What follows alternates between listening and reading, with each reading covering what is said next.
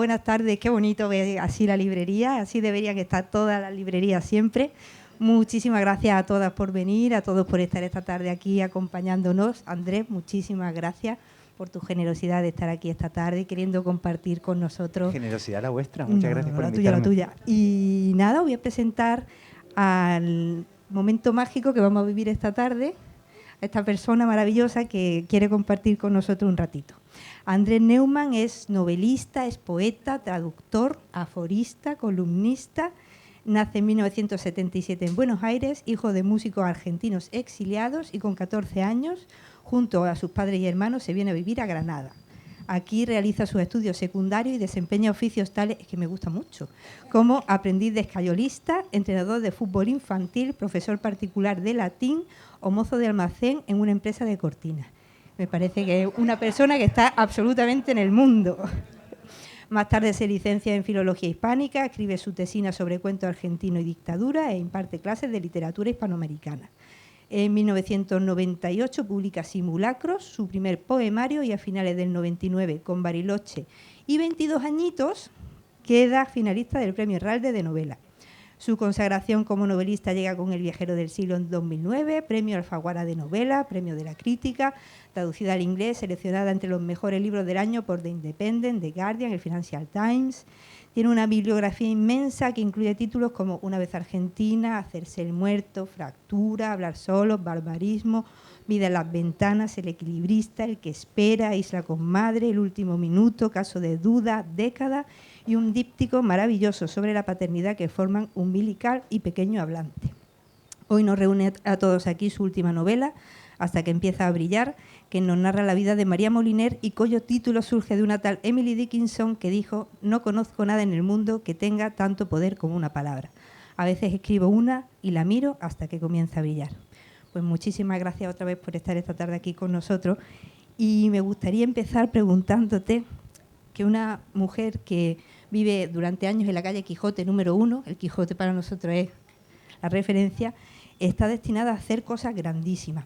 Pero puede que alguien se pregunte todavía cuál es la importancia del diccionario de María Moliner cuando ya estaba el de la Real Academia, y qué importancia tiene ese diccionario tanto para la lengua española como para sus usuarios y para ti mismo. Bueno, muchísimas gracias por haberme invitado. Tengo mucho cariño por Nerja y vengo a Nerja desde que vivimos en Granada, así que tiene algo siempre de visita familiar para mí. Muchísimas gracias por haber venido. Le hemos pedido a la EMET que en este momento desate una tormenta que estaba anunciada para las 7, pero la hemos retrasado dentro de 5 o 10 minutos, como para cuando os empecéis a aburrir no podáis salir. Entonces nos estamos organizando así con los dioses de los truenos para eso, así que gracias por haber venido. Desafiando los malos augurios que a veces no se cumplen, y hoy es una prueba. ¿Por qué el diccionario de María Moliner es tan importante? Pues por muchas razones. La verdad es que no sabría ni por dónde empezar. Por empezar, es probablemente, y esto es en opinión de mucha gente y también de la mía, es el diccionario más asombroso de la lengua española. Tanto por su contenido concreto, objetivo, como por la historia que tiene detrás y el modo en que fue escrito. Es un diccionario objetivamente mejor que el de la Real Academia Española. Es mejor hoy y era infinitamente mejor en la época en que María Moliner escribió el suyo. Estamos hablando, para quien no lo sepa o no se acuerde, un diccionario que se publicó originalmente en el año 66 y 67, es decir, en la última década de franquismo. Lo escribió doña María Moliner sola en su casa durante 16 años. La primera edición constaba, a diferencia de esa que debe tener, si estuviera entera, ¿no?, que esta no es, que ahora mismo tiene unas 93.000 palabras el Moliner. Ella escribió 80.000. Si calculáis lo que supone escribir 80.000 palabras durante 16 años, te salen 5.000 palabras por año y más de una docena de palabras por día. Entonces estamos hablando de alguien que, además de criar a sus hijos y trabajar, porque doña María Moliner trabajó desde los 12 a los 70 años, con un horario laboral, quiero decir, alguien que pensaba en una docena de palabras al día. Y esa labor tan hermosa, pero también tan valiente, porque es una labor emprendida digamos, en oposición de tres formas de autoridad que funcionaban simultáneamente y se complementaban diabólicamente. La autoridad lingüística de la Real Academia Española, a la que ella vivió contestándole, y ahora veremos hasta qué punto. La autoridad política de la dictadura franquista, que incluía la censura. La dictadura había expedientado a toda su familia, la había inhabilitado para cargos públicos, la había degradado 18 niveles en el escalafón administrativo, es decir, la había desprovisto de toda su trayectoria laboral y tuvo que empezar de nuevo, con lo que supone para una persona en cualquier época y para una mujer hace casi 100 años.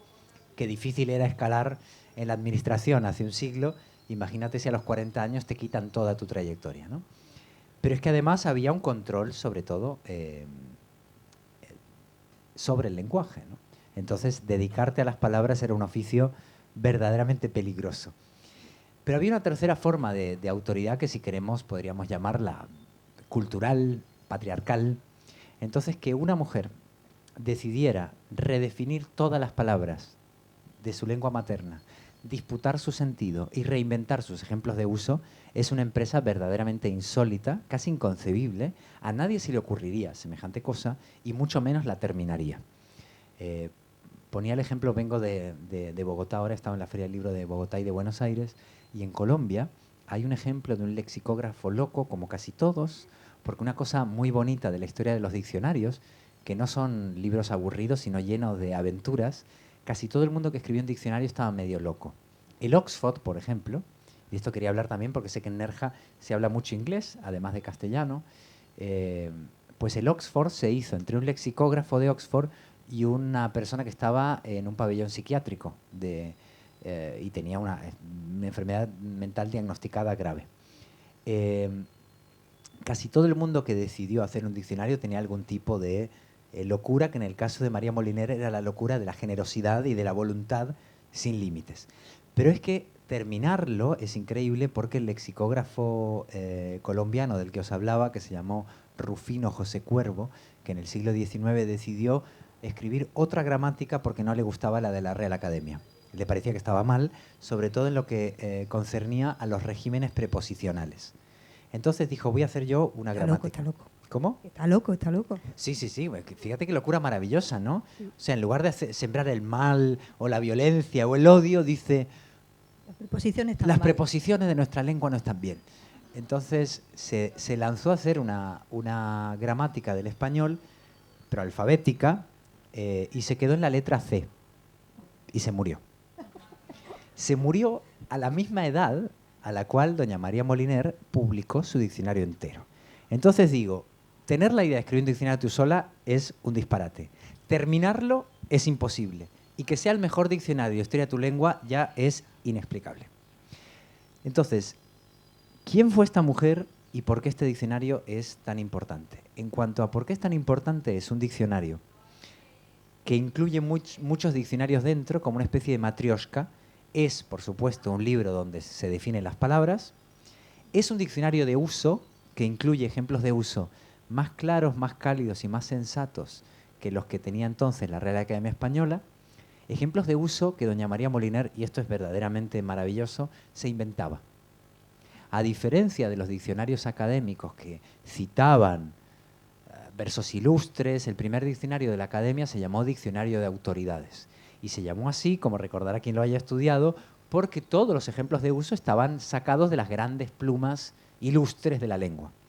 Doña María Moliner, que conocía muy bien la tradición y que de hecho fue una de las primeras estudiantes universitarias de España y que además sacó el mejor expediente de su promoción, es decir, que no carecía de formación académica, toma la decisión sutilmente revolucionaria de incluir en su diccionario ejemplos que escuchaba en el mercado, en la calle, de su familia, pero sobre todo, como se decía en la época, de su propio magín, es decir, de su propia cabeza.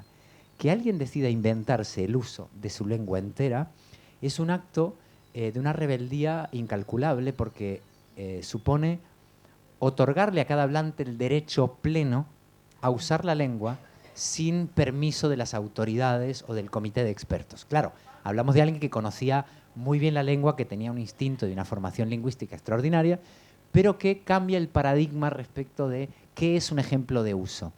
Aunque no lo haya dicho Francisco de Quevedo, nos puede valer igual si lo dijo tu vecina. Esto es muy importante. También tiene contenidos enciclopédicos. Se han reducido en las ediciones modernas, pero en la edición original incluía muchos contenidos de índole no lexicográfica, es decir, que te decían, por ejemplo, quién era Tántalo, y te contaban la historia de Tántalo, de Penélope, que en teoría un diccionario no debe hacer eso, según la ortodoxia, porque para eso hay otro tipo de volúmenes, ¿no? La lexicografía es una especialidad, lo digo como filólogo y como lingüista, muy purista, muy ortodoxa. Y no existía un diccionario como ese. Pero es que además incluye una gramática de andar por casa. Es decir, que te explican cómo funciona gramaticalmente cada palabra.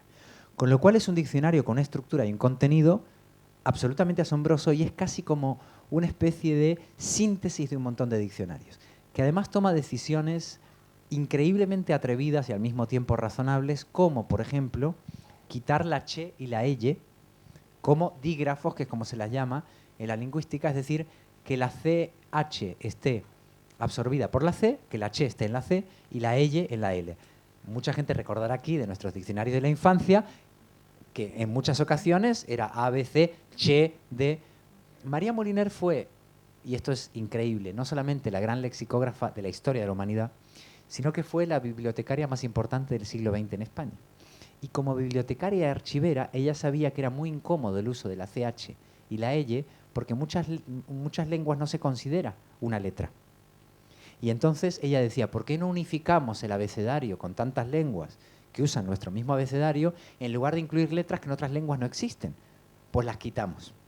Pero es que también dijo, ¿por qué hay que organizar solo alfabéticamente un diccionario? Imaginaos que alguien diga de pronto esto, ¿no? Con 50 años. Con 50 años dice, oye, ¿se puede definir amar como verbo o como acción si no definimos antes el amor? Porque claro, alfabéticamente amar viene antes de amor. Pero ¿te puedo yo decir que es amar si no sé lo que es el amor? Fijaos qué preguntas de fondo, filosóficas, poéticas, intelectuales, emocionales, se hace alguien cuando tiene simplemente que organizar las palabras en un diccionario. Entonces, el contenido del Moliner es sensacional. Ahora, la historia de la mujer que la hizo, como digo, iba a decir es una novela, a la vista está, no, es varias. Porque lo increíble, y esto es lo que me generó mucha curiosidad sobre ella, es que lo único que solemos saber, yo me incluyo en esto antes de empezar a investigar, lo único que sabemos sobre doña María Moliner es que escribió un diccionario, y de hecho un diccionario que aunque se llama Diccionario de Uso del Español, todo el mundo lo conoce como el Moliner o el María Moliner. Pero la paradoja, que es lo que a mí me genera mucha curiosidad, es que aunque la conocemos solo por eso, en realidad su vida anterior al diccionario ya daba para una novela. En otras palabras, si María Moliner no hubiera escrito un diccionario, su vida ya era una novela. Imaginaos ahora si además escribió el diccionario más bonito de nuestra lengua. ¿Cómo fue su vida? Pues su vida fue difícil, llena de adversidades, de hitos pioneros, de luchas, de caídas y de una voluntad sobrehumana que empieza para mí cuando su padre la abandona a los 12 años, a ella y a su familia, y se fuga, fijaos qué curioso, a mi ciudad natal. Yo nací en Buenos Aires, aunque me he criado en España, toda mi familia es argentina, y el padre de María Moliner, don Enrique, era médico de a bordo en un crucero que hacía la ruta transatlántica entre Cádiz y Buenos Aires, cuando Buenos Aires era el puerto de los puertos. Estoy seguro que aquí hay gente presente que ha tenido algún familiar que se haya ido a Buenos Aires. Es casi imposible que no ocurriera, porque en esa época Buenos Aires era el puerto de los puertos y era el puerto de la lengua española. Pues ahí se fue el padre de María Moliner con el pretexto de atender a los pacientes del barco, se va quedando en el puerto de Buenos Aires, le ofrecen un empleo, o eso dice, va mandando cartas, va mandando dinero, luego deja de llegar el dinero, luego dejan de llegar las cartas, hasta que el señor pues se esfuma. María Moliner tenía para entonces 12 años y tiene que ponerse a trabajar. Y tiene que dejar de estudiar. Y se convierte en un estudiante autodidacta con una voluntad de hierro que es autodidacta y autofinanciada. Y las dos cosas son muy importantes, porque sin ese empeño por aprender las cosas a su manera no se hace un diccionario revolucionario, y sin la disciplina brutal que tiene que tener una niña en 1912 para trabajar y financiar sus estudios, y tener muy claro, primero, que quería hacer una carrera universitaria, lo cual en la época era insólito, infrecuente. Pero además, sobre todo, tenía claro que no se quería casar, lo que quería era un sueldo. Lo que quería era poder mantenerse a sí misma. Su hermana le decía, mamá no tuvo suerte en el amor, y ella contestaba, lo que mamá no tuvo es presupuesto en el amor. Entonces, el hecho de que ella fuese muy consciente de la precariedad material, por un lado, pero también del esfuerzo que cuesta educarse, alfabetizarse, acceder a la cultura, y la disciplina brutal que tuvo que adquirir para ser una niña que trabajaba, ayudar en casa, ganarse su dinero y como alumna libre, en todos los sentidos de libre, ir sacando las mejores notas de su promoción hasta acabar la carrera y sacarse una oposición, fue la quinta o sexta mujer en la historia de España en sacarse una oposición. Y entró en el cuerpo de archiveras y bibliotecarias, que es por donde entraron muchas de las compañeras de la época. Había, digamos, si eras una mujer que quería trabajar, en la época quiero decir, o te dedicabas a la docencia, sobre todo infantil, o te convertías en bibliotecaria. Y María Moliner hizo las dos cosas. Fue archivera, bibliotecaria, pero también docente. Fundó escuelas. La escuela Cosío. Yo quiero que hablemos de la escuela Cosío. Fundó la escuela Cosío en Valencia, que ahora hablamos, y fundó 1,5 de bibliotecas rurales que ella misma iba a visitar ejerciendo de inspectora de bibliotecas rurales. Todo esto que acabo de enumerar, incluyendo también que fue la primera profesora en la historia de la Universidad de Murcia, todo esto lo hizo en sus 20 y 30 años. Y faltaban todavía 2 décadas para empezar su diccionario.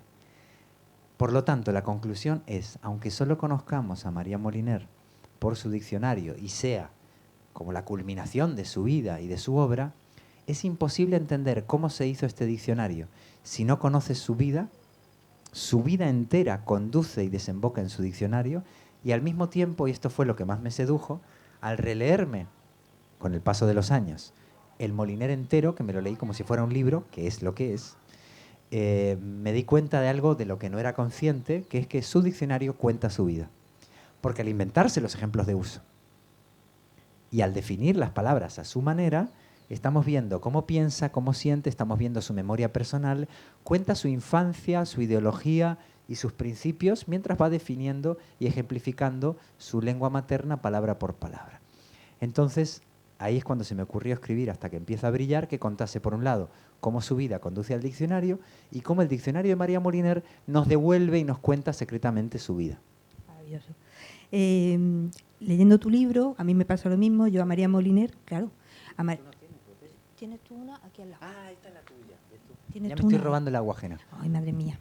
Yo conocía también a María Moliner exclusivamente por el diccionario y acabo de leer tu libro y pienso, me interesa mucho más el tema de las misiones pedagógicas y me parece que ya solamente con las misiones pedagógicas esa mujer merece un puesto en el Olimpo. Sí. Me parecen unas páginas divertidísimas de tu libro y me gustaría que nos hablaras un poquito de María Moliner en esos años. Con mucho gusto. Una de las cuestiones, o mejor dicho, otra de las cuestiones que vuelve a María Moliner muy singular, como digo, era periférico y atrevido el hecho mismo de ser una mujer e intervenir así en el campo público y lingüístico en esa época. Colaboró con la República, con lo cual en la posguerra eso era otro hándicap o otra desventaja. Ella vivió, digamos, tratando de disimular su pasado republicano. Era también una lingüista o una lexicógrafa que no había estudiado filología, porque en la Universidad de Zaragoza no se ofrecía filología y tuvo que estudiar historia, con lo cual escribió un diccionario sin haber estudiado filología, lo cual es increíble, pero explica por qué es tan heterodoxo el diccionario. Otra periferia es la de una mujer con una forma de vida y una ideología personal muy adelantada a su tiempo, pero la otra, que es a donde iba tu pregunta, es que aunque es un diccionario escrito en Madrid, como bien dijiste al principio, en la calle Don Quijote número 1, que parece un dato inventado, pero no lo es, hasta el punto de que su nieta Genoveva, su nieta Olivo, Genoveva es su hermana, su nieta Olivo, María del Olivo, sigue viviendo allí a día de hoy. ¿Sigue habiendo plantas? Sí, bueno, eso no lo sé porque no la he visitado en esa casa. Me han invitado, pero me da vergüenza. Pero bueno, en la época de Doña María había muchas plantas porque le gustaba mucho regar. Le gustaba cuidar en general y a las plantas también. Bueno, pues a pesar de que es un diccionario hecho en el barrio de Tetuán de Madrid, no es un diccionario madrileño. Y esto se nota fuera de Madrid y se nota también en Latinoamérica, donde la quieren mucho y respetan muchísimo su diccionario porque sienten que es un diccionario mucho menos centralista, mucho menos, digamos, de apropiarse de la lengua, porque es así. Porque ella es aragonesa, o digamos, es de origen aragonés, nació en un pueblito de 300 habitantes, Paniza, en la zona de Cariñena. Ahora tiene el pueblo 500 o 600 habitantes, no tiene más. Y es interesante cómo una mujer que nace en un pueblo de unos pocos cientos de habitantes termina hablando con cientos de millones de hablantes de su lengua, ¿no? El salto de lo pequeño a lo grande en su caso es como un ejemplo verdaderamente paradigmático. Se cría en Madrid, cuando su padre las abandona, se quedan sin dinero y no pueden pagar el alquiler en Madrid. Esto quiere decir que tenía problemas similares a los actuales. Se van por falta de presupuesto a Madrid, vuelven a Aragón, luego se van a Zaragoza, la capital. Estudia en Zaragoza, pero su primer trabajo la lleva a Simancas, que está en Castilla y León, cerca de Valladolid. Es decir, estamos hablando de una aragonesa que se cría en Madrid, tiene su primer trabajo en Castilla y León, que quiere ser como la norma lingüística del español, ¿no? Digamos, el castellano leonés, si estudia filología, es como el castellano medieval puro, etc. Pero su primer trabajo se lo dan en Murcia, donde se habla un castellano muy diferente y más cercano, si queréis, al nuestro, al del sur, ¿no? No es el castellano que la Real Academia quiere poner como norma o que Televisión Española te va a poner en el telediario.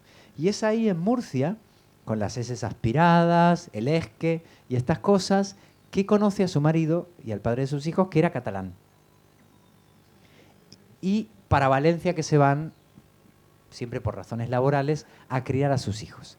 Es decir, que cuando María Moliner vuelve a Madrid, tiene un oído muy abierto, conoce distintos castellanos, su marido hablaba catalán, hablaban idiomas, hablaban francés, hablaban inglés, su marido entendía muy bien el alemán porque era catedrático de física y tenía que leer por razones académicas en alemán. Es decir, que era una mujer que no tenía una idea totémica, unitaria y central de la lengua, sino que era una mujer con una idea muy amplia de las lenguas en general y de su lengua materna en particular. En Valencia, que es donde pasa los años más felices y después más tristes de su vida, en la posguerra, y que es donde cría a sus 4 hijos, y donde nacen 2 de ellos, la tercera Carmina y el cuarto Pedro, doña María emprende las labores más bonitas de su vida, más allá del cuidado, que eso es alto riesgo. Ahí, bien, no ha habido heridos. Es en Valencia donde doña María emprende las labores más aventureras de su vida, aparte del diccionario. Primero, nada más llegar, abren la Escuela Cosío, en homenaje a Bartolomé Cosío, que era una figura importante de la institución libre de enseñanza y del krausismo y, digamos, de la pedagogía moderna laica en España, a pesar de que doña María, por cierto, sí creía en Dios, pero no en la Iglesia, y esto era una diferencia fundamental. Su marido era ateo y ella creía en Dios. Y era un matrimonio muy interesante porque su marido era científico y ateo, y ella era humanista y creía en Dios, pero ninguno de los dos tenía demasiado interés en la Iglesia, digamos. No era una mujer de ir a misa los domingos, pero sí de tener una fe personal, ¿no? Entonces, en Valencia fundan la Escuela Cosío en homenaje a Bartolomé Cosío y se reparten las asignaturas. Y María elige lengua, literatura y gramática, sin sospechar que ella sería, 20 años después, o 30, mejor dicho, una referencia y una autoridad. Pero es ahí, en esa época, en que le sucedían cosas como las que os voy a leer. Y ahora pasamos a lo de la inspectora de bibliotecas rurales. Resulta que, claro, ella estaba dando clase de lengua y tenía que estar todo el tiempo usando el diccionario de la academia. Y les pasaban estas cosas. María organizó los talleres de lectura en la Escuela Cosío y asumió las clases de lengua. Aunque lo consultaba a diario, a veces echaba en falta un diccionario más claro y cálido que el académico. Sus definiciones desconcertaban a sus estudiantes, obligados a ir de una palabra a otra, hasta enredarse en una maraña que desvirtuaba el sentido de la búsqueda. Acostumbrada a analizarlo desde sus tiempos en el estudio de filología, Cuando leía páginas enteras, como si de una novela se tratase, aquel monumental volumen le inspiraba una mezcla de reverencia e irritación. Parecía escrito para gente que en realidad no lo necesitaba. Muy bien, Antoñito, ¿y qué quiere decir exuberante? Le juro que esa me la sabía, profe. Pues para algo está el diccionario. Voy. Exuberante, abundante y copioso en exceso. ¿Y qué quiere decir copioso, Antoñito? Ni idea. ¿Que se copia mucho? Lee de nuevo y trata de adivinar. Abundante y copioso en exceso. Lo mismo que abundante, bravo. ¿Y por qué las dos cosas? Eso, profe, ¿por qué? ¿Te suena redundancia? Me suena, me suena. A ver, Maribí, mientras tu compañero busca esa palabra, dudábamos también de conjetura. ¿Se te ocurre algo? Sí. ¿Qué? Que sí, que dudo. Antoñito, pásale el diccionario, por favor. A ver, conato, condecorar, ay, qué nervios. Congregación, conífera, aquí, conjetura. Juicio probable que se forma de las cosas o acaecimientos por las señales que se ven u observan. Listo, profe. Perfecto. ¿Alguna duda, Maribí? No, profe. Bueno, ¿y acaecimientos qué sería? Bueno, en el diccionario de la academia se producía lo que llamamos en lexicografía círculos viciosos, donde A se definía como B, B como C, C como D y D como A. Con lo cual quedaban sin definir ninguna de las palabras que formaban parte del círculo vicioso. Ahí empezó, imagino yo, a larvarse la fantasía de ¿se podrá hacer un diccionario que sirva para la gente de a pie, estudiantes, gente que no se dedica a la filología y que en el fondo no necesita consultar tanto el diccionario?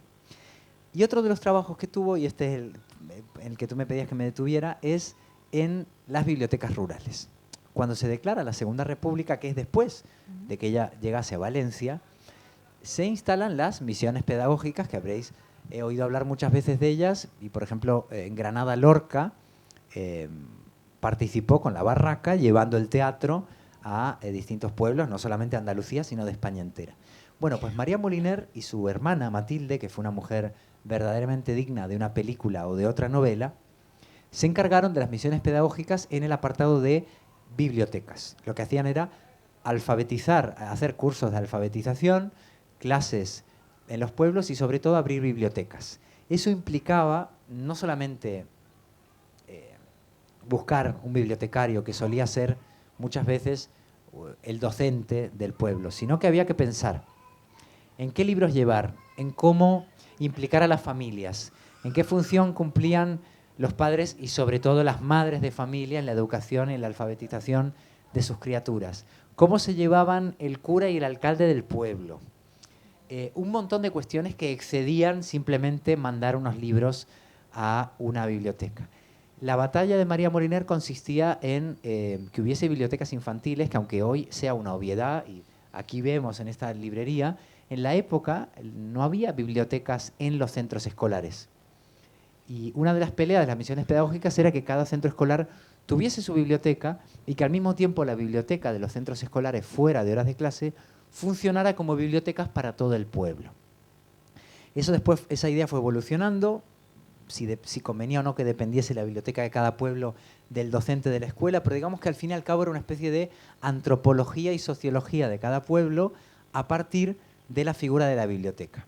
Había que decidir qué libros llevar y doña María se dedicaba a escribir cartas donde daba consejos acerca de cómo forrar los libros, de cómo conservarlos, de qué muebles podía haber en la biblioteca, y escribió un libro adorable llamado Instrucciones para pequeñas bibliotecas, donde se consideran cuestiones como de qué materiales han de ser las estanterías para que sean fáciles de limpiar, o que no ardan con un incendio y más tarde en la Guerra Civil con un bombardeo. También cómo animar a los bibliotecarios y bibliotecarias cuando sentían que no les hacían caso o que los vecinos del pueblo preferían escuchar la radio o hablar de fútbol. Todos estos inconvenientes los afrontaba doña María en sus instrucciones para pequeñas bibliotecas, y también terminó presentando un proyecto de ley cuando la capital pasa de Madrid a Valencia a final del año 36 y principios del 37, Valencia se convierte en la capital de la España republicana. Y hete aquí que doña María, que cumplía funciones regionales en la Comunidad Valenciana, de pronto se ve con misiones estatales. Y durante un año maravilloso, mágico y trágico, toda la política bibliotecaria de la España leal a la República pasó por una tal doña María Moliner, que ideó un plan para articular todas las bibliotecas del país, las pequeñas y rurales y las grandes y urbanas, y cómo hacer que circularan los catálogos de forma eficaz, veloz y sin que redundara. ¿Para qué? Y este era su objetivo, que hasta el último pueblo de la última montaña del país recibiera el libro que quería, que necesitaba o que no sabía todavía que necesitaba. Y en esta labor se dedicó durante años, hasta que el final de la guerra lo hizo imposible, y desempeñó el oficio más novelesco del mundo, que es inspectora de bibliotecas rurales. Fue a todas y cada una de las 100 y pico de bibliotecas que fundó ella y su equipo, pero su equipo era pequeño, así que no os creáis que tenía decenas o cientos, era un equipo de muy pocas personas, con mucha voluntad. Los estrujaba bien, ¿eh? ¿Cómo? Que los estrujaba bien, que para Sí. estar al lado de María Moliner hay que estar bien armado. Sí, total. María Moliner era una adicta a su vocación y a su trabajo. De hecho, saltando en el tiempo, cuando se le ocurre empezar un diccionario en 1950, sin sospechar que le llevaría 16 años y no los 6 meses que pensó primero y los 2 añitos que pensó después. Una optimista. ¿Cómo? Una optimista. Sí, totalmente. Una optimista, casi te diría que tenía un optimismo delirante, ¿no? Pero sin ese optimismo delirante no hubiera hecho su diccionario, así que bien está. Es que doña María era Don Quijote y Sancho Panza al mismo tiempo. Ay, me encanta. Perfecto. Porque claro, tenía objetivos quijotescos, pero luego tenía un aplastante sentido común y un sentido práctico, sin el cual no se podría hacer ninguna empresa quijotesca, ¿no? Entonces por eso te digo, vamos a hacer que en todos los pueblos de España haya libros, pero ¿y de qué material tienen que ser las estanterías? ¿Y cómo hay que iluminarlas? ¿Y qué muebles necesitan? Y lo pequeño y lo grande, lo práctico y lo conceptual. Su diccionario funciona igual. Entonces, cuando se puso a hacer su diccionario en su casa, manejando casi 500.000 de fichas, sin desordenarlas, sin perderlas y sin volverse loca, porque era una archivera experta y sabía muy bien manejar las fichas porque había desempeñado el oficio de archivería y bibliotecaria durante más de 20 años, una persona que no hubiese desempeñado... O sea, por ejemplo, una persona que se hubiera dedicado solo a la filología no hubiera podido hacerlo. Pero como ella era archivera, sabía qué hacer con las fichas y cómo ordenarlas. Entonces, un día, su marido abre el botiquín para afeitarse y ve que hay un montón de fichas en el botiquín. Entonces le dice, a ver, querida, ¿el baño o yo? Y ella le contesta, ¿me dejas que me lo piense? Entonces, tenía una relación muy bonita y con mucho sentido del humor. Cuando termina el diccionario por fin, todo el mundo ya desesperado, porque su marido, digamos, de vez en cuando, porque claro, su marido quería viajar, quería salir al cine, y ella solo quería trabajar. Entonces, cuando no estaba cuidando a sus criaturas, vivía para su diccionario. Entonces, de vez en cuando, su marido Fernando Ramón, que como digo, era catedrático de física, iba mirando las fichas y entonces llamaba a uno de sus hijos que vivía afuera y le decía, tu madre ha vuelto a la A, ha vuelto a la A. Bueno, cuando por fin termina el diccionario y María le concede el viaje que le tenía prometido hacía muchos años y se van a Canadá a ver a la familia de su primer hijo que vivía en Quebec. Y ella en el vuelo tiene una epifanía y decide que va a corregir el diccionario y va a hacer una segunda edición. Entonces le da la noticia que aunque haya publicado el diccionario, hay mucho trabajo por hacer y tiene que corregirlo. Ya tenía la señora casi 70 años y hasta que sus fuerzas le dieron, vivía para estas empresas maravillosas que ella, digamos, sentía que podían ser útiles para su comunidad, para su sociedad. Entonces sí, tenía esta especie de capacidad de trabajo que poca gente tenía y tenía la suerte de tener una vocación, una energía y un presupuesto que ella misma se buscó para poder dedicarse a ello durante toda la vida, ¿no? Y una de las pocas grabaciones que quedan de ella, porque no le gustaba nada dar entrevistas, e incluso en el fugaz periodo en que fue célebre María Moliner, que es desde que publicó su diccionario en el 66-67, lo digo así porque se publicó un tomo un año y el segundo tomo otro año, hasta que la nominan, que esta es la otra gran historia de María Moliner, para ingresar en la Real Academia Española, y estuvo a punto de ser la primera mujer de la historia en ingresar en una institución que durante casi 3 siglos había rechazado a todas las candidatas, pero ella fue la primera candidata formal, es decir, nominada por la propia academia. sus predecesoras, que las hubo y muy ilustres, como Emilia Pardo Bazán, pero muchas otras también, habían exigido, reclamado entrar. Pero ninguna como María Moliner la fue a buscar la propia academia y le propuso que se presentara. Se presentó con el apoyo de algunos académicos que muy noblemente entendieron que ya era hora de que hubiese académicas, pero pierde la votación en el otoño del año 72. En ese periodo, del 66, 67 al 72, María Moliner se vuelve de pronto conocida y empieza a brillar para la opinión pública. Ya llevaba brillando en su casa desde los 12 años, ¿no? Pero adquiere una notoriedad y en esos años se niega a conceder entrevistas, hasta el punto de que se niega a concederle una entrevista a su amiga Carmen Conde, que era una mujer muy famosa, que tenía un programa de televisión y que sería, a la postre, la primera mujer que sí entró en la Real Academia, y ella se niega a dar una entrevista. No sé cómo, por milagro, alguien consigue entrevistarla para la radio una vez, y esto consta en el archivo del Radio Nacional, quedan 2 o 3 minutos de la voz de María Moliner. Es todo lo que queda.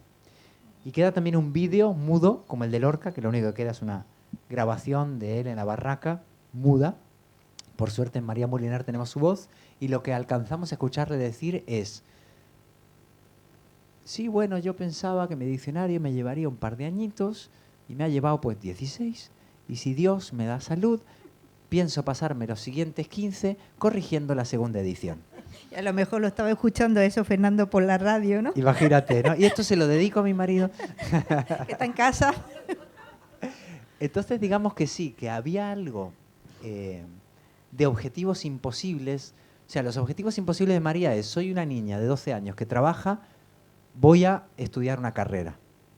Lo logró. Voy a abrir una biblioteca en cada pueblo de España. En Valencia, lo logró. Voy a escribir yo sola un diccionario. Lo logró. Y estos objetivos, que parecían imposibles, los cumplió mediante la forja de un carácter, que es lo que trata de contar la novela. ¿Qué tipo de niña fue? ¿Qué tipo de estudiante fue? ¿Qué familia tuvo? ¿Qué tipo de libros manejaba, ¿no? ¿Qué tipo de madre fue? ¿Qué tipo de abuela fue?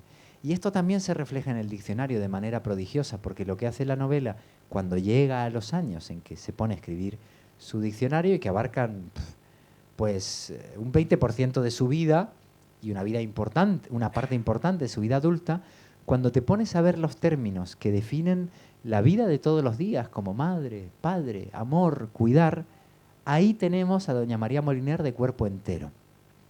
Hasta el punto de que la primera palabra de cualquier lengua materna que balbucea cualquier criatura, que es mamá, María Moliner la redefine enterita. Vayámonos nada más que vamos a tomar 3 palabras, si os parece: autoridad, amor y madre. Elijo autoridad porque el primer diccionario de la Academia se llamó Diccionario de Autoridades. Entonces el concepto de autoridad era muy importante. Autoridad, según la Academia, era algo que sí, se podía tener por el mérito, pero sobre todo se podía tener por cuna, por nacimiento. Es decir, una definición aristocrática, ¿no?, de la autoridad y del poder. En el Moliner, la variante congénita, la acepción de cuna de la autoridad desaparece y se añade una acepción de autoridad que es la que un grupo de personas, un colectivo, le concede a alguien voluntariamente. Es decir, se quita la definición aristocrática de autoridad y se añade la democrática. Ella no lo llama así en su diccionario, pero quita la autoridad aristocrática o nobiliaria y añade la autoridad democrática. Y en los ejemplos de uso cuenta su vida entera, porque ella, como os digo, creía en Dios, pero tenía problemas con la Iglesia, tuvo siempre encontronazos con sus jefes y tuvo un padre que era médico. Los ejemplos de uso de autoridad del Moliner eran la autoridad del sacerdote, del jefe, del padre, del médico. Y en esos 4 ejemplos de autoridad nos cuenta su vida entera. Amor. Amor para la Academia era la obtención del bien verdadero, entre otras cosas. Y claro, ¿qué demonios sea el bien verdadero? Y quién lo determine, era todo como, era una definición, digamos, esencialista y un poco evangelizadora, ¿no? El bien verdadero, ¿no? Entonces, no es casualidad que la Academia de la época definiera el amor así, ¿no? Y es una definición que se arrastraba desde hacía siglos, ¿no? Y nadie le había revisado. Un problema del diccionario académico, sobre todo antes de los grandes equipos digitalizados, era, como decía Clarín, el gran escritor, es que el problema de los diccionarios es que nadie se los lee y los disparates permanecen allí durante siglos, excepto si lo escribes tú sola, entero, que es lo que hizo María Moliner. No hay ningún disparate porque ella supervisó personalmente, palabra por palabra, lo que ponía allí. Entonces, la definición del amor es entre confusa y evangelizadora, y doña María define el amor como un sentimiento de una persona hacia otra y evita dar género, no dice hombre, no dice mujer, persona hacia otra, y que se manifiesta en tres cosas. Dice María Moliner, el amor son tres cosas: desear la compañía de alguien, alegrarse con lo que es bueno para esa persona y sufrir con lo que es malo. Punto pelota. Esta definición tan generosa y tan empática y tan inteligente emocionalmente, ¿no? Porque los amores tóxicos no cumplen con esta definición y ella se los deja fuera. El Moliner te da consejos de vida muchas veces. Te dice, doña María, ¿qué es el amor? Y te dice, pues mira, hijo mío. Si no es así, no es Yo amor. que tanto he vivido, te diría que si no hay deseo, no te alegras con lo bueno y no sufres con lo malo, por ahí no es. Y en los ejemplos de uso, en la academia decía, ejemplos de uso de amor. Pues, por ejemplo, los padres castigan a sus hijos con amor. Hombre, la letra con sangre entra. Era un principio pedagógico. Claro. O sea, pero existía, pero era correcto en el sentido de que representaba un modelo de pedagogía y de crianza. Pero María Moliner y su marido Fernando tenían otro. Entonces ella quita castigan y elige, con muchísima astucia, con mucho ingenio verbal, otro verbo con C, que es corrigen. Los padres corrigen a sus hijos con amor. Y corrige, con la palabra corregir, el diccionario académico. Y finalmente, cuidar. Cuidar, María Moliner lo define asombrosamente como pensar. Y nos recuerda la etimología de cuidar, que es cogitare, pensar en latín. Cogitar evolucionó durante muchos siglos, fonéticamente y semánticamente, hasta dar cuidar. Cogitare dio coitare, coitare dio cuitar, y cuitar evolucionó en cuidar. De ahí estos significados intermedios como cuitas, estar cuitado, que existieron, ahora ya casi no se usan, pero si leéis literatura, digamos, clásica, tener cuitas o estar cuitado existía, ¿no? Y eran significados intermedios entre pensar y tener que cuidar o preocuparse por algo, ¿no? Desaparecidos estos significados intermedios, se nos olvida el vínculo entre pensar y cuidar. Y María Moliner dice, el primer significado de cuidar es pensar.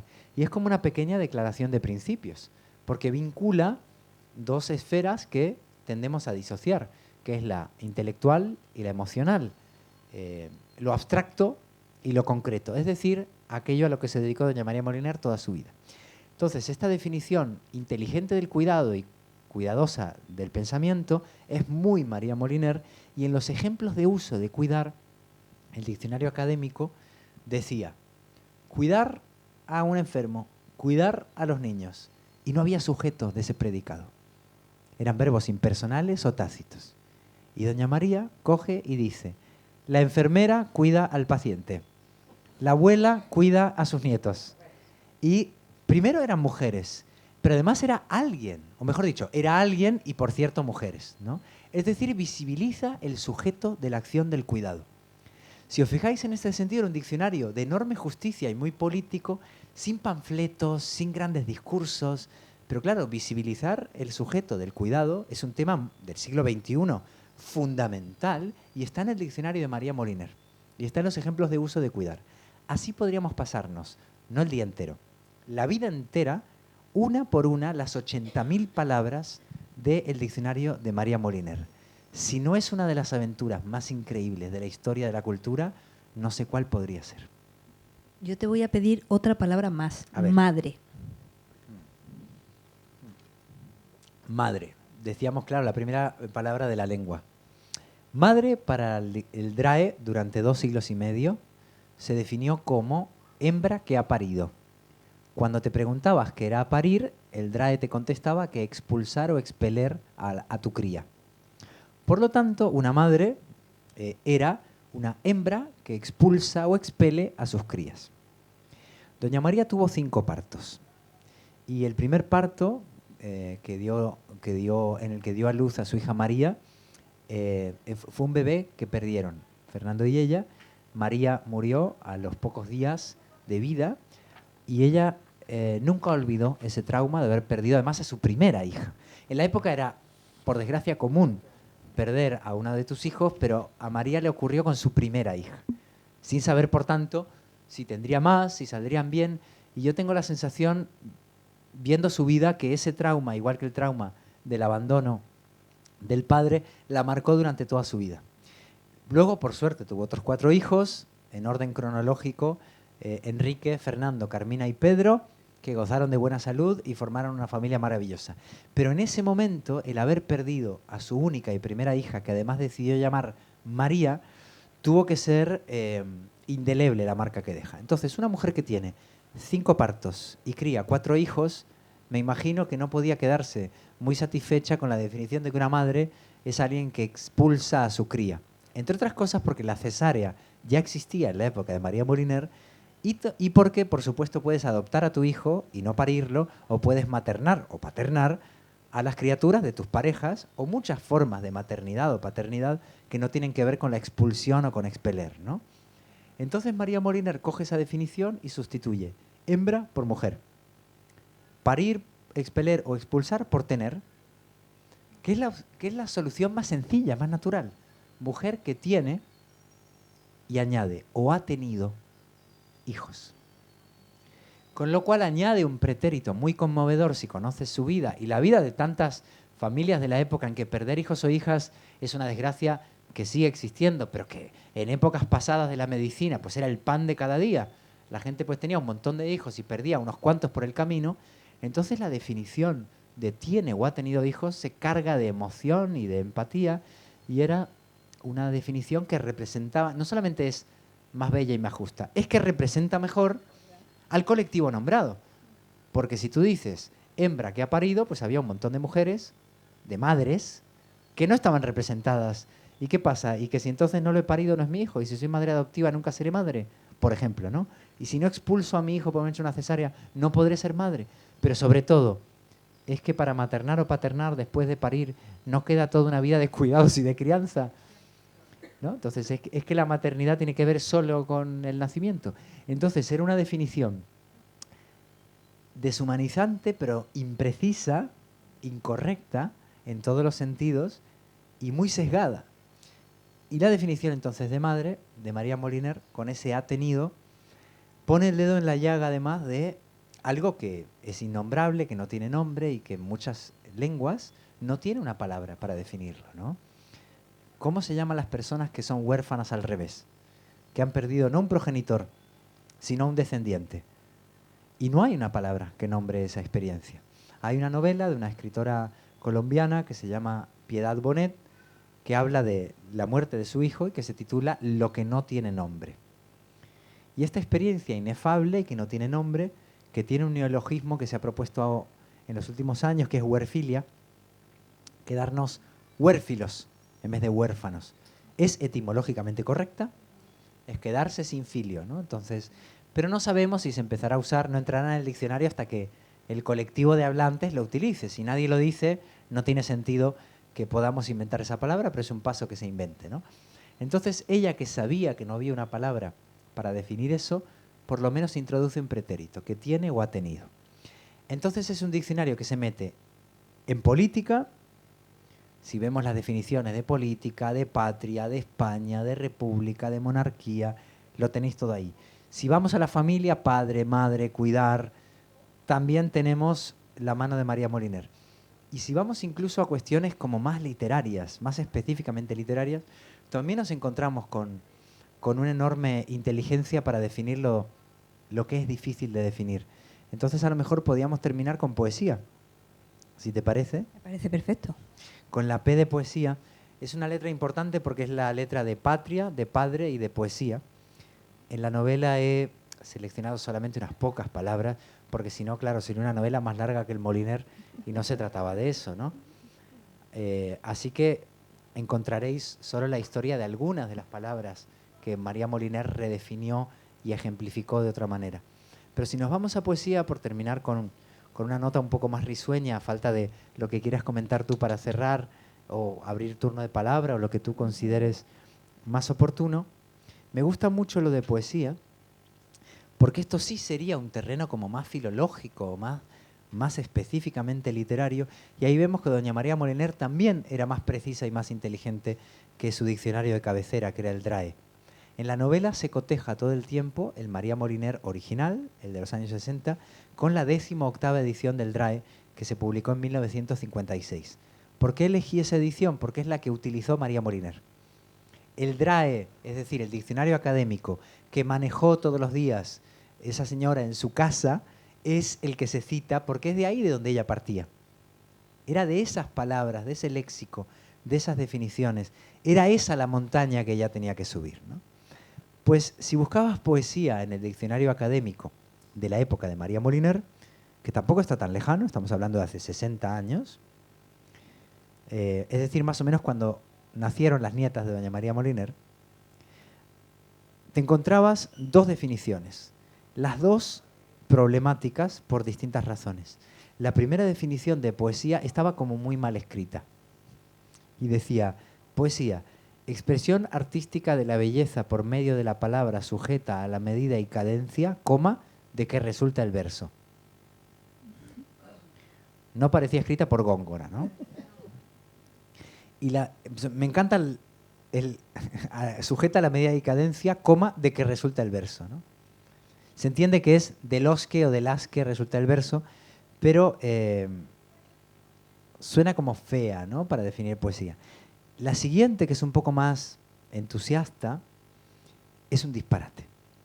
Poesía, cito textualmente, fuerza de invención, fogoso arrebato, sorprendente originalidad y osadía, exquisita sensibilidad, elevación o gracia, riqueza y novedad de expresión, encanto indefinible. Es como decir, alguna de estas va a ser, ¿no? Pero además, claro, tienen el tupé, como decía mi abuela, tienen el tupé de definir la poesía como un encanto indefinible, que es un acto de una irresponsabilidad lexicográfica. ¿Cómo vas a decir que algo que tienes que definir es indefinible, ¿no? Es como el colmo, ¿no?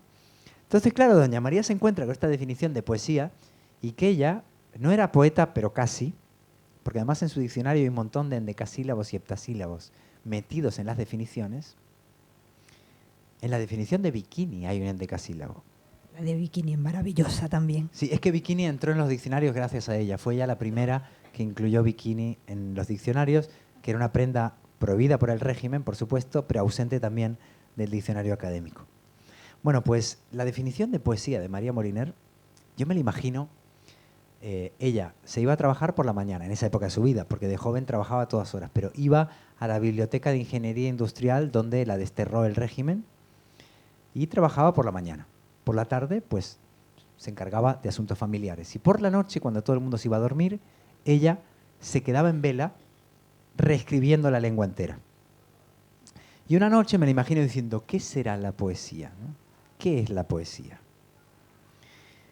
Y supongo que se acordaría de la respuesta que daba Becker, ¿no? De, ¿y tú me lo preguntas? Poesía eres tú.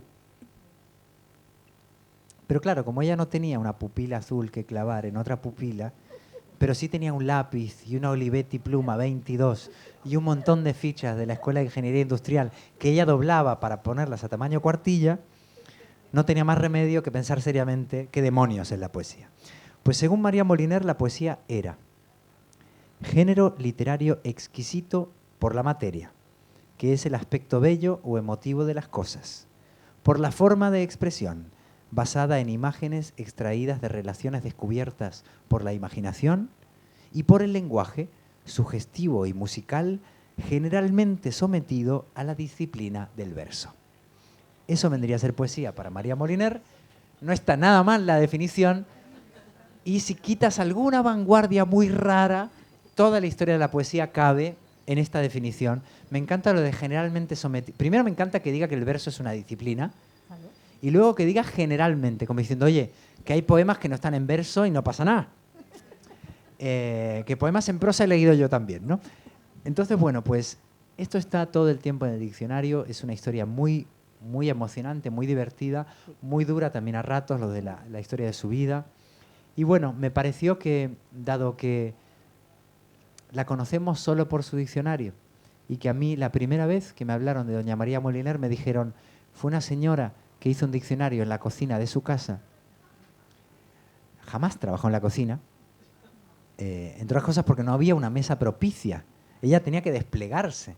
Entonces trabajaba en el salón, y así lo atestiguan los testimonios familiares, pero también las fotos que tenemos de ella. Pensé que a lo mejor escribiendo una novela sobre esta vida increíble y este personaje irrepetible, y sobre esta mujer absolutamente insólita y ejemplar, quizás se podía intervenir en el imaginario, y ya que en nuestra memoria pululan muchos personajes, algunos inventados, algunos reales, el poder contribuir a que María Moliner sea un personaje querido, pero de cuerpo entero, ¿no? Con toda una vida profesional, familiar, lingüística, política, quizás podamos recordarla colectivamente como alguien más que una persona que fue devorada por su propio diccionario. Y si pudiéramos contactar con el más allá, ¿qué te gustaría que dijera María Moliner si leyera tu libro? Yo lo he sentido tanto como una carta de amor como una carta de gratitud. No sé cuál más. Creo que las dos cosas, ¿no? Porque estoy enamorado de María Moliner desde que descubrí su diccionario. Eso fue cuando entré en la Facultad de Filosofía y Letras de Granada y me topé con su diccionario, así que lo llevo atesorando pues más de 30 años y estudiando su vida más de una década.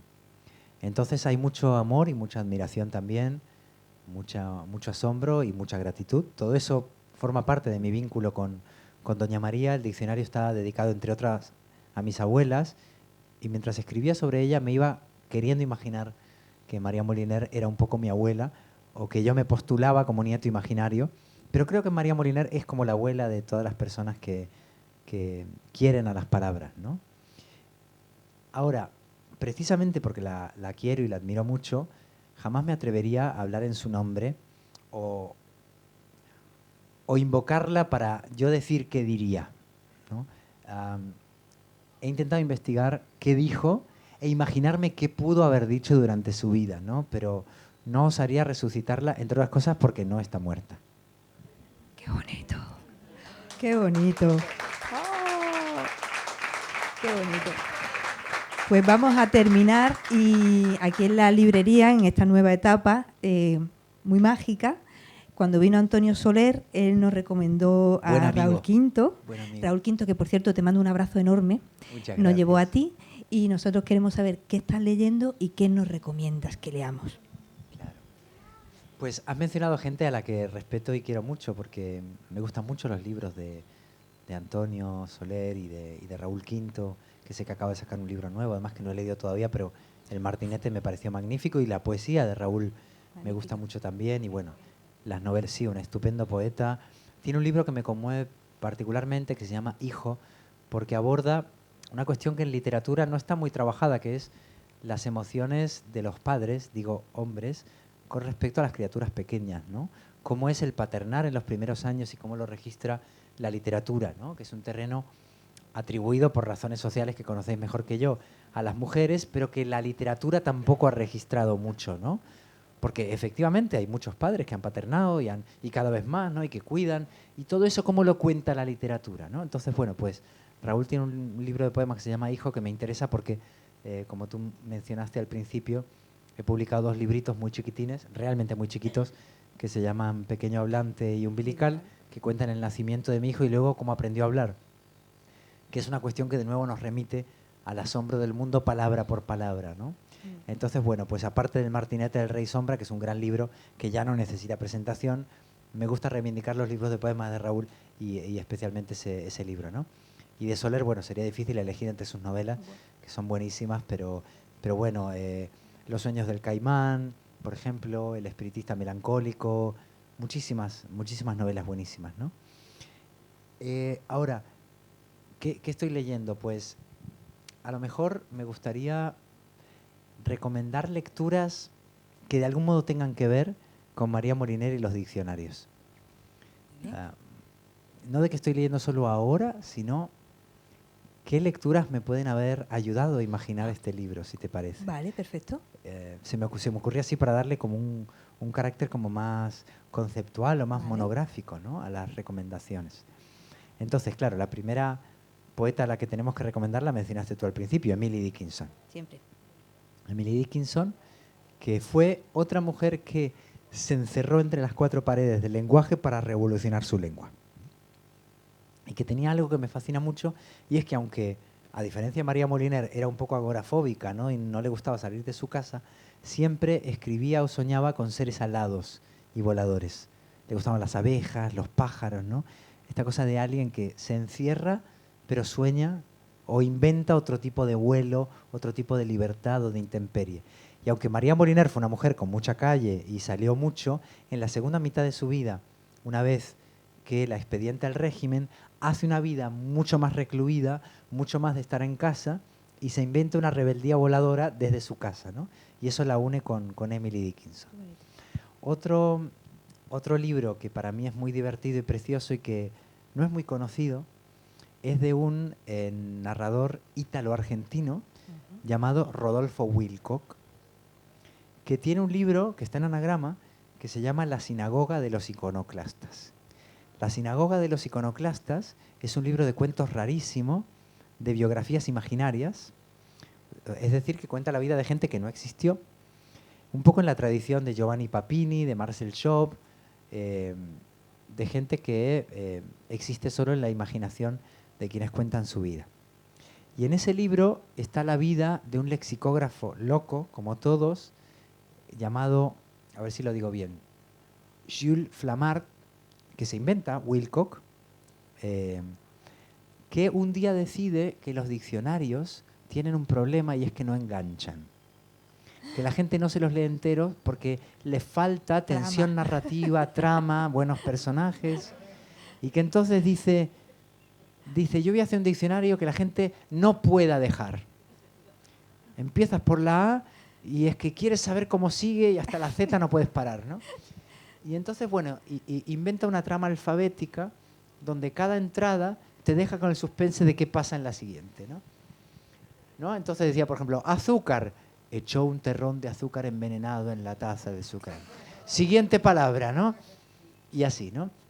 Bueno, pues, aunque es una empresa imposible de cumplir, aunque no había nada imposible por María Moliner, siento que el diccionario de María Moliner tiene algo de diccionario que es también un libro, y sobre todo me parecía divertido pensar en escribir una novela que leyese los diccionarios, y muy en particular el suyo, como esos libros que tienen una trama novelesca, aunque en su corazón sean un diccionario. Y otro libro a lo mejor con el que me gustaría finalizar es un libro de Carmen Martín Gaite, dos libros de Carmen Martín Gaite, en realidad. Dos, a falta de uno, dos. Uno es El cuarto de atrás, que es un libro raro en la producción de Carmen Martín Gaite. Lo menciono por muchas razones. Primero, porque estamos celebrando el centenario también de Ana María Matute, a la que conocí personalmente, digo, a Ana María Matute, y fue una mujer encantadora y divertidísima. Mi recuerdo de Ana María Matute, cuando ya estaba en silla de ruedas, era... Tenemos fans de Ana María Matute por ¿Sí? aquí. Ay, qué bien. Pues mira, yo traté a Ana María Matute, no íntimamente, no os voy a contar una película que no es, pero me la encontré bastante en los últimos años de su vida, porque a ella le gustó mucho viajar hasta el final de su vida, y ya estaba en silla de ruedas. Y al principio yo creía que yo le caía muy bien y que por eso siempre me decía, yo era muy joven, entonces me decía, ay, qué muchacho más majo y más guapo, llévame a dar una vuelta para que le empujara la silla de ruedas. Hasta que descubrí que lo que ella quería es que la llevase a tomar una copa.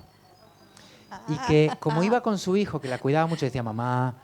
Entonces ella socializaba, y cuando encontraba a su siguiente víctima que la empujase lejos de sus cuidadores, te decía, oye muchacho, ¿y tú cómo decías que te llamabas? Y yo, Andrés, Ana María, nos hemos conocido antes. Ah, sí, eso, Andrés. ¿Te apetece un gin tonic? Y así es como ella se daba sus paseos, y cuando ya se tomaba un gin tonic conmigo, yo feliz, imagínate, tomar una vuelta, decía, ay, oye bonita, ¿y tú cómo te llamas? Oye, ¿te apetece dar una vuelta? Y así se pasaban los festivales y los congresos sin perder la lucidez. Por otra parte, bueno, pues Ana María Matute es sensacional, no os voy a recomendar sus novelas, que las conocéis, pero tiene un libro de microrelatos genial que se llama Los niños tontos, que es una obra de arte, los mejores libros publicados en la posguerra para mí en España. De la misma generación era Carmen Martín Gaite. Tanto Carmen Martín Gaite como Ana María Matute debieron de ser las jóvenes autoras españolas que María Moliner empezó a leer mientras hacía su diccionario. Y no solo eso, también el boom latinoamericano. Es decir, las mujeres que empezaron su producción en los años 50 y 60, ¿no? Entonces me gusta pensar que María Moliner estaba en su casa diciendo, a ver qué escriben estas jovencitas, y estas jovencitas eran Carmen Martín Gaite, Ana María Matute, porque María Moliner tenía exactamente 25 años más que esas jovencitas. Y de Carmen Martín Gaite tenemos entonces El cuarto de atrás, porque es un libro que para mí reúne todos los géneros que trató Carmen Martín Gaite. Martín Gaite fue, por supuesto, una gran novelista, también una gran ensayista, autora de un libro que quizás conozcáis, Usos amorosos de posguerra, que me sirvió bastante para escribir esta novela. Fue una gran traductora del italiano y del francés, y creo que del inglés también. Tradujo de 3, sí, ¿no? Claro. Esto es, a las hermanas Bronte, y creo que tradujo también algunos poemas de Edgar Allan Poe. Entonces, claro, imaginaos, hablábamos de lo políglota que era María Moliner. Carmen Martín Gaite traducía del francés, del italiano y del inglés, y escribía novelas y escribía ensayos, una intelectual extraordinaria, ¿no? Entonces, encuentro que El cuarto de atrás, que es un libro entre autobiográfico, ensayístico, de semificción, de autoficción, es un libro raro que no se parece a ningún otro de Carmen Martín Gaite y que resume todas las escritoras que hay en Carmen Martín Gaite, ¿no?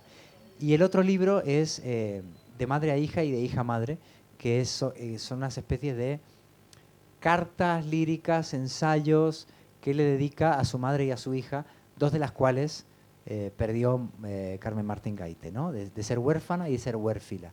Y es un volumen muy, muy conmovedor que se publicó en Siruela. Entonces, bueno, leer el paisaje que acompañó a María Moliner, añadiendo por último a Carmen Conde, la poesía de Carmen Conde, primera mujer que entró en la academia por el revuelo que causó el que no entrase María Moliner, y María Zambrano, que es otra María, gran filósofa, quizá la gran filósofa de la historia de España, y que era poeta y era filósofa y escribía ensayos raros también, como raro es el diccionario de Doña María, que es un poco de filosofía, un poco de poesía, un poco de historia y un mucho de Quijote con sentido pancesco. Pues que vivan los raros entonces, qué maravilla. Pues muchísimas gracias, Andrés, por esta tarde tan mágica y tan maravillosa. Y ahora te dejo con tus lectores. ¿Os puedo recomendar una autora para que invitéis aquí? Claro. Clara Obligado. Clara Obligado. No me digas dónde. Pues mira. En la librería de mujeres. Pues Clara, qué bueno. ¿Y qué tal fue la experiencia? Maravilloso. Clara Obligado. Vamos a ello. Clara Obligado es cuentista, novelista, ensayista, hispano-argentina, es decir, lleva aquí desde la dictadura, es decir, el año 76. ¿Dónde vive? En Madrid. Vaya. Y fundó la escuela de escritura más antigua de Madrid, que funciona desde los años 70. La podéis encontrar en redes, en la Escuela de Escritura de Clara Obligado, que es autora de unos ensayos recientes preciosos, que se llama Todo lo que crece, en páginas de espuma, sobre el cuidado también, y Una casa extranjera, que es sobre qué pasa con la lengua cuando te mudas de país y tu lengua cambia, pero la gramática no. Y es autora de libros de cuentos maravillosos, el último de los cuales se titula 3 maneras de decir adiós. Mi libro favorito de ella, aparte de ese y de los que hemos nombrado, sería El libro de los viajes equivocados. En definitiva, podéis encontrar sus libros de cuentos y ensayos en páginas de espuma, y tiene una labor clara como Clara Campoamor. No Lara, sino Clara. Como Clara Campoamor. Clara Obligado. Obligado leer a Clara. Obligado a leer a Clara. Perfecto. Ya no se nos olvida. Lo vamos a intentar porque están pasando cosas muy mágicas aquí ahora. Pues nada, os vamos a dejar ahora con él para que os firme los libros, y si tenéis que hacerle cualquier consulta, pues que te la hagan aquí. Muchísimas gracias, Andrés. Que te agradezco a ti mucho por esta Gracias. conversación.